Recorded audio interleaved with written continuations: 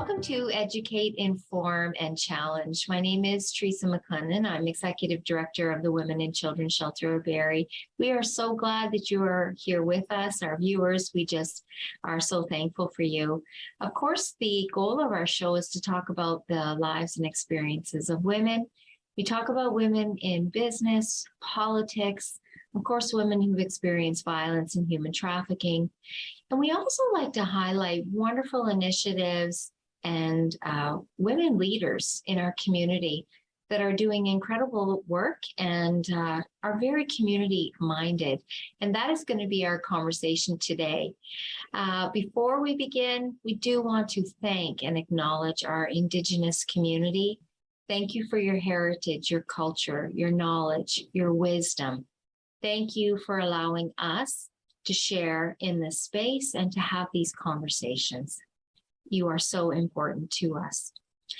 So today I am thrilled to welcome my guest, Nikki Glenn, who is the chair and the founder of Barrie Families Unite. And we're going to dive into this wonderful organization, this wonderful woman, Nikki, and just this incredible work that she's doing in the community and why and where that came from. So welcome, Nikki. I'm so glad to talk to you today. I cannot wait for us to have our conversation. So welcome. Thank you, Teresa. I'm excited to be here. Great. So, you know what, let's just dive right in and talk about Barrie Families Unite first and foremost. What is the goal and the mission, the work of Barrie Families Unite? Well, that has been one that has evolved fast and furiously because we're only 2.5 years old. And in fact, we're really only just about 1.5 years as an actual not-for-profit. So where we are at now, our goal really is to ensure that every citizen in our community has dignified access to the essential items that they need to live a proper, healthy life. And we've kind of, as we've evolved, had to pick our areas of focus. And we've kind of come up now with 3 columns of that area in which we try to help out. And those 3 columns for us are grocery gap assistance, and I can explain that in a little more detail in a minute, seasonal clothing assistance, as well as supporting people with items that they might need when they're in the midst of a situational crisis. And those things situational crises can range from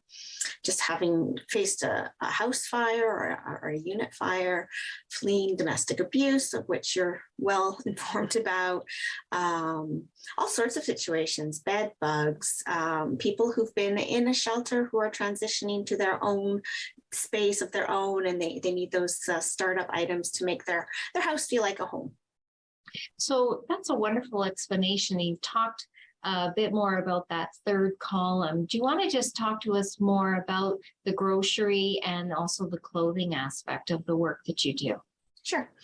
I think first, maybe what I'd like to do to preface those comments is just to give your viewers a bit broader overview of who we are and kind of what our passion and our underlying push has been as we've grown. So first and foremost, I'm a very firm believer in collaboration over competition.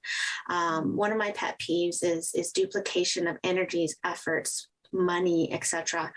So as we've been evolving this not-for-profit over the last number of years, it's always been our first and foremost intent to never duplicate services that are already being wonderfully delivered here in our community, but rather to look from above, listen to the voices. We have a very active and engaged Facebook group with over 18,000 members, and that allows us a great privilege of hearing what those gaps are and what people are experiencing when, for example, if we're going to talk about groceries, what are those gaps in our system? We have so many agencies delivering food outreach in various forms.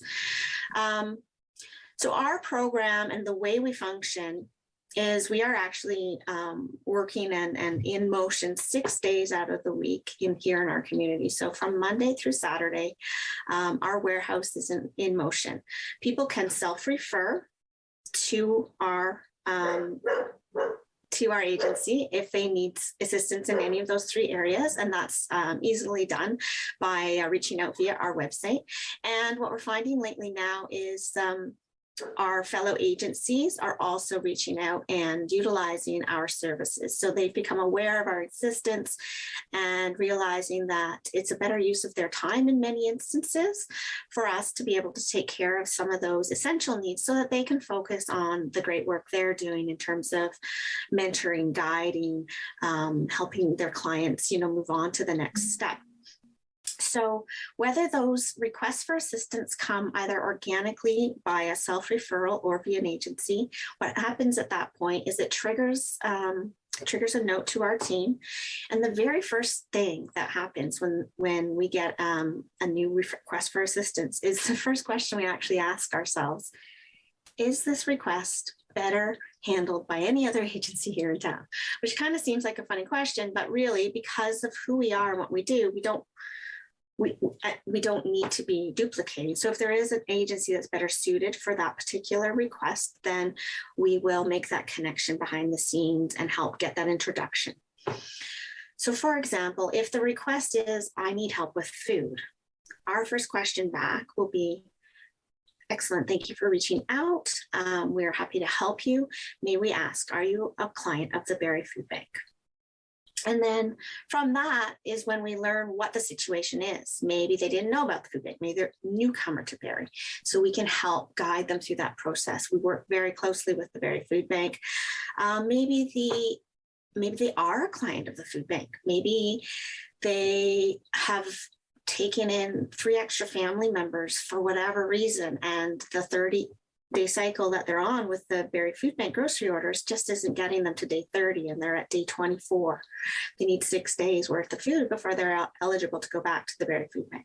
So those are the gaps that we're talking about. So that's one example of a gap where we go, okay, ding, ding, ding. This is where Barrie Families Unite steps in and can help curate a grocery order for your family to get you to the next thing. Another example is accessibility to the food bank, for example. So sometimes they've had an emergency medical situation arise, or not necessarily a chronic medical situation that they're dealing with. And so they would very much like to access the food from the food bank, but they physically can't get themselves there and back. Maybe they can get themselves there. Maybe they have 3 kids under the age of 7, and getting 3 kids and 7 or 8 bags of groceries back on a bus is just not a feasible notion. So sometimes the gap we're filling with grocery assistance is providing our volunteers to go on their behalf with their permission to the food bank, pick up their order and deliver it to them. Sometimes the gaps are cultural. Sometimes, you have a family who's arrived. I'm thinking of one specifically that's not that long ago, where new immigrant family, they had some medical issues, which meant that neither of the adults in the family, in the household, were able to hold down a job because they had to be caretakers and transporting a kid back and forth to sick kids and such. And they did use the food bank. They did do the right steps. They went to the food bank, but then the day after, they returned to the food bank and returned about 3/4 of the food that they were given, not because they weren't thankful for it, but because they simply didn't know what to do with it, and or were perhaps wary of how it would sit in their stomachs. Different cultures, we have different tastes, and our digestive systems react differently to food. So again, these are the gaps. Sometimes it is diabetes, celiac, different reasons that the food bank grocery offerings aren't a perfect fit. And I'm in no way dismissing the work that the food bank does. They are an incredible agency and they serve the masses. And when you serve the masses, you have to streamline things. And when you do that, there are gaps that arise, and it's no fault of their own, but this is why collaborating with agencies that are maybe a little more smaller scale and able to be a little more pivotable and able to curate specific situations that's the role we play.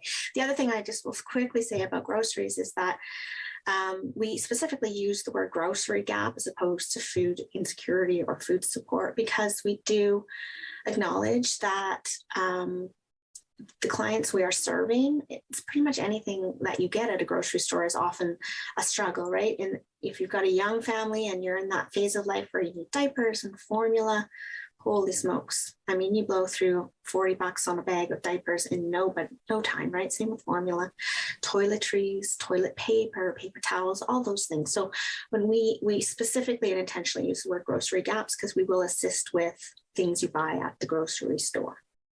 And I love that you are truly looking at apps. And that's no fault of any of these agencies. I mean, us included, we've got, there's always gaps for us finances to be able to purchase all the groceries that we provide for, our women and children in shelter and women and their families in the community. And we certainly encourage and will build the relationships for our clients to be connected to the food bank. But we also connect them to you, because that has been a wonderful support for them, where they sometimes people will fall through the cracks, or they don't quite meet the mandate of somewhere else. Mm-hmm. And they are left struggling because they don't know where they can go. And I just really love that you've embraced looking at, is there somewhere else in the community where you actually would be eligible to get that support, and how do we build that connection? And if not, then we can give you a hand or figure out what we can do for you. We work very much here the same way in the shelter, in that I don't believe that we should be everything to every client that comes through our doors. Our specialty and our expertise is about violence against women, human trafficking, and their children. And I want us to be very specific in our focus. I want the wonderful folks in the community that support all those other needs, such as you, Nikki, to do that. And I don't need to take that on here at our agency, because I trust your expertise and how you're doing that and filling the gaps. So I know we've talked very in depth about the grocery program, and then also filling some of those maybe crisis needs or household needs. We've got about 2 minutes before we head into a commercial. What would you like to tell us to describe about clothing? So our clothing program, we run year round. It is highlighted and punctuated with 2 major events we do each season. So we're just coming up on one because we're heading into that lovely winter season. And, we live in a climate where it's not an option. It's not it'd be nice to have a winter coat. We need to provide our individuals and all of our citizens with proper outerwear. So we do 2 pop-up shops. We call them free pop-up shops. And we always kind of kick the season off with those. It allows us to hit a vast number of people in one fell swoop at one go. And then those who aren't able to make it, and for the remainder of the season, we've got all the lovely donations that we've worked so hard to get from our community that we can then do one-on-one requests as they come in. As I mentioned before, we're doing that 6 days a week. So we just can throw in those coats and boots and snow pants as we have them, and if they're available, as the requests come in. So perfect. And I know that was a very quick description. So I think when we come back from the commercial, we're going to dive back in. And I'd really love to talk to you about your own personal desire to create Barrie Families Unite, and where that came from and why and how. And so for our viewers, please stay with us. Please stay alongside us as we continue our conversation with Nikki from Barrie Families Unite. You will not want to miss the great learning that we're going to have in our conversation with Nikki. So we will be right back.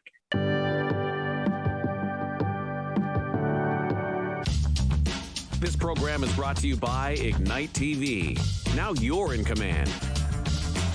Visit Rogers.com for more details.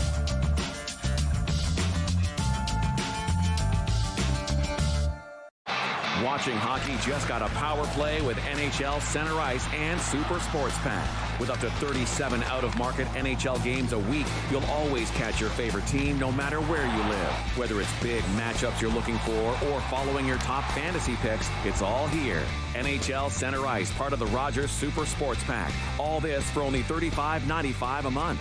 Order through your remote on Channel 450 or call 1-888-ROGERS-1 today.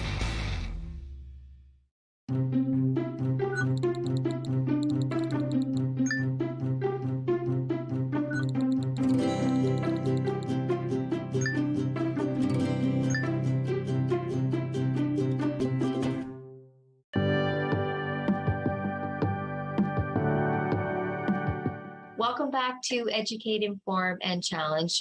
We're having a great conversation with my friend Nikki Glenn, who is the chair and the founder of Barrie Families Unite, doing incredible work to fill so many gaps in our community. And we know that times are very, very difficult for folks in our community who are struggling, inflation, the cost of things. It's just, it's pretty crazy.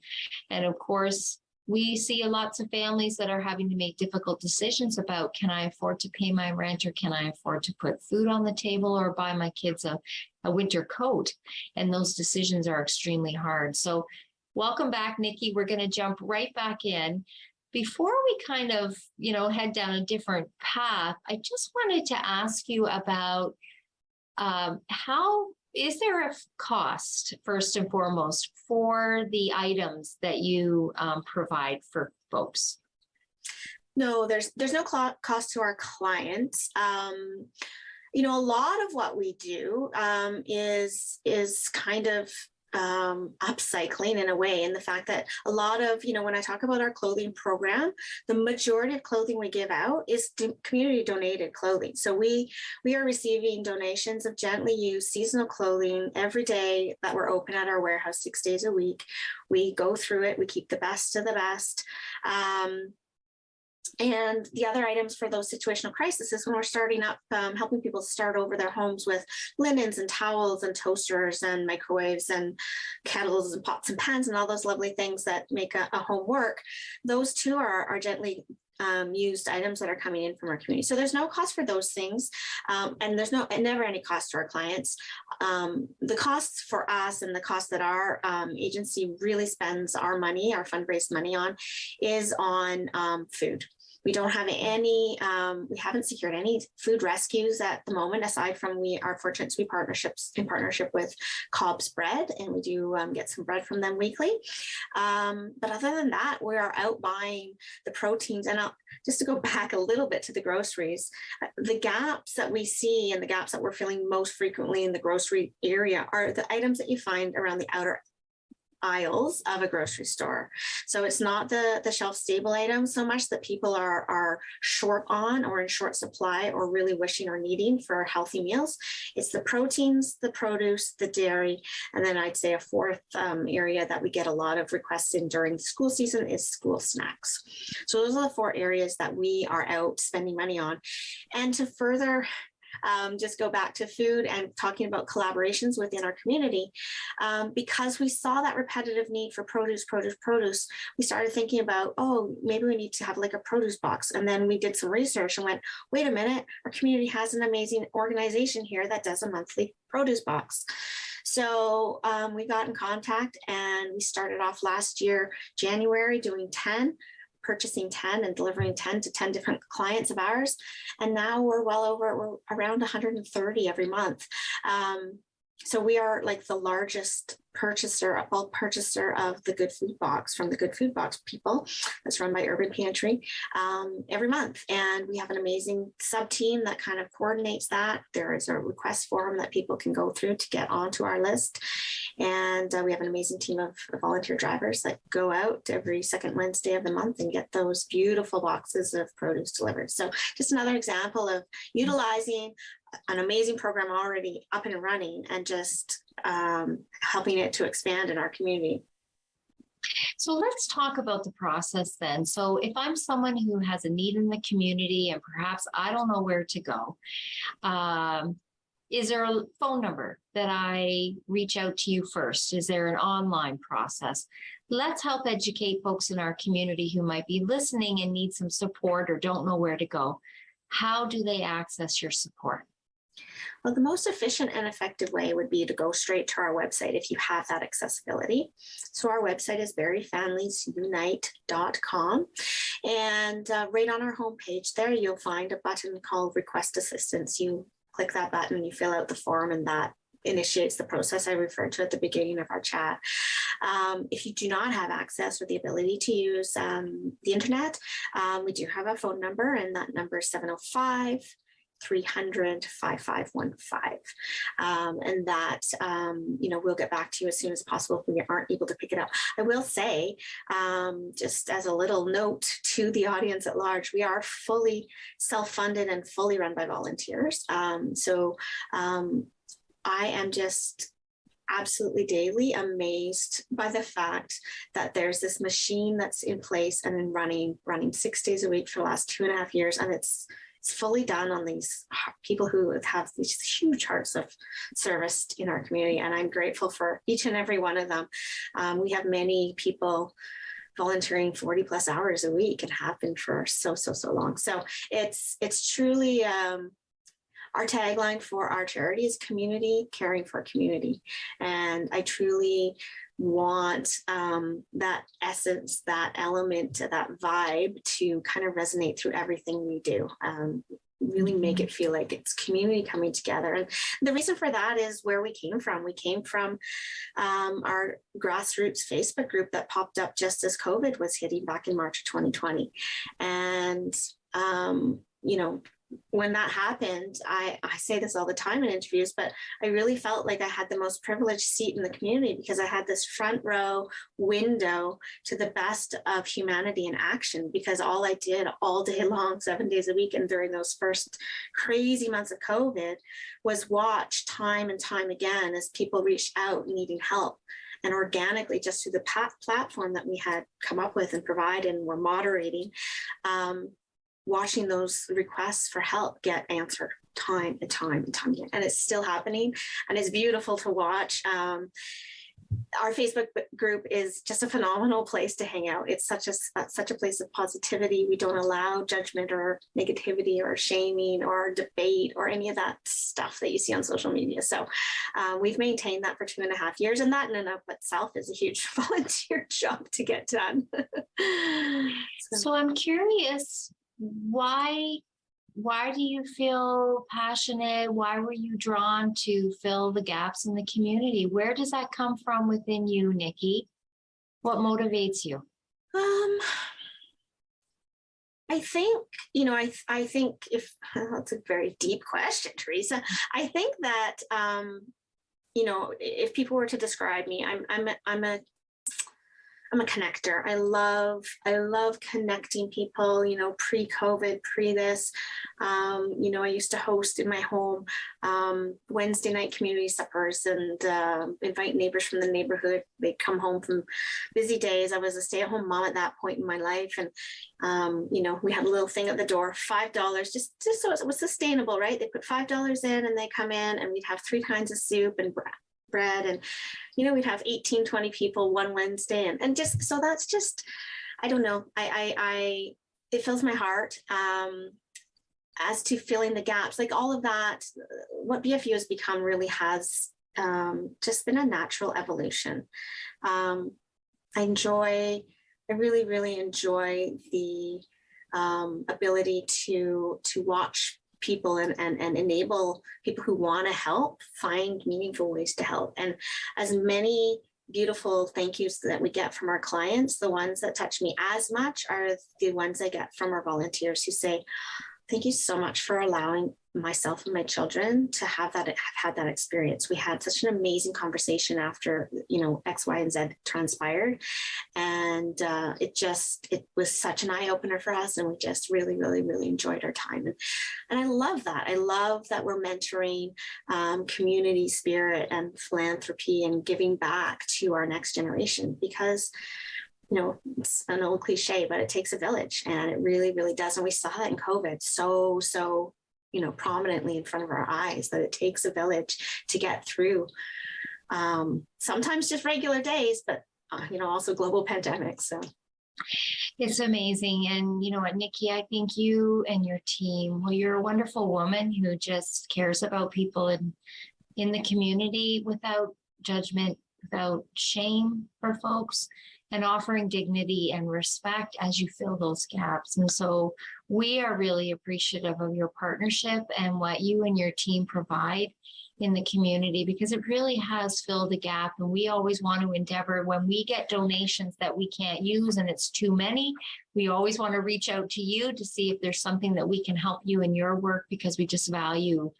the work that your team is doing. So we have a very little time left. Our time has gone by so quickly. And I really do encourage our viewers to check out your website, because I know even just the few important things that we talked about today is not the whole gamut of everything that you offer. So please visit veryfamiliesunite.com to see what else this wonderful organization provides. But how can our community support the work that you're doing, Nikki? What do you need in terms of donations, financial support? Talk to us about how folks can become involved with you, volunteering, whatever that may be. Yeah, I think in almost any agency, charity, whether you get government funding or not, your two biggest needs always are more money and more people. And we're no different. We are self-funded. So I'd almost put more people at the top of the list, because the more people we have aware of what we're doing and truly understanding the impact that we are making in our community, I just can't help but feel that will trickle down into potential fundraisers or corporate donations that might come our way. Our Good Food Box program I alluded to we used to be able to consider that a wash. If we needed 100 Good Food Boxes that month, we went to our Facebook group and we got 100 donations. It's not that way anymore. Everyone's feeling the pinch. Interest rates on mortgages and variable rates. People are facing such, tough times all around. So, our bank account, we feel we're getting nervous as we're watching our bank account deplete. So we definitely need the financial donations, but as much as that, just your curiosity and your sincere desire to learn more about what we're doing, and if you can get involved in any shape, way, or form, I feel like kind of once people come into our warehouse and really see what it is that they do, they want to help. They want to be involved. And it's, there's so many different ways to be that. If you're a person behind the scenes, that's fine. There's lots of jobs for that. There's lots of also great opportunities to be out in the community and interacting and making those connections with other volunteers and the clients that we serve. So there's lots of ways. Absolutely. And so please, our viewers, check out Berry Families Unite and see if you want to become involved. They're a great organization that are just really helping so many folks in the community. And, we're all one step away from needing support from time to time. And so that can be us. And so if you have an opportunity to give back, maybe right now is the time to do it. And I'm really appreciative of the financial donations, because thinking about the different dietary needs that folks may have in the community, those things are very expensive. And so when you provide financial support to Berry Families Unite, they're able to purchase specific food items, halal, whatever that might be, to meet the needs of those wonderful families. So, Nikki, thank you so much. I apologize, our time has gone by so quickly. Such a wealth of information, and thank you so much on behalf of our agency and our community for everything that you provide. Your support to the community is just absolutely wonderful. Check out Berry Families Unite. You will not be disappointed if you decide to become involved with them.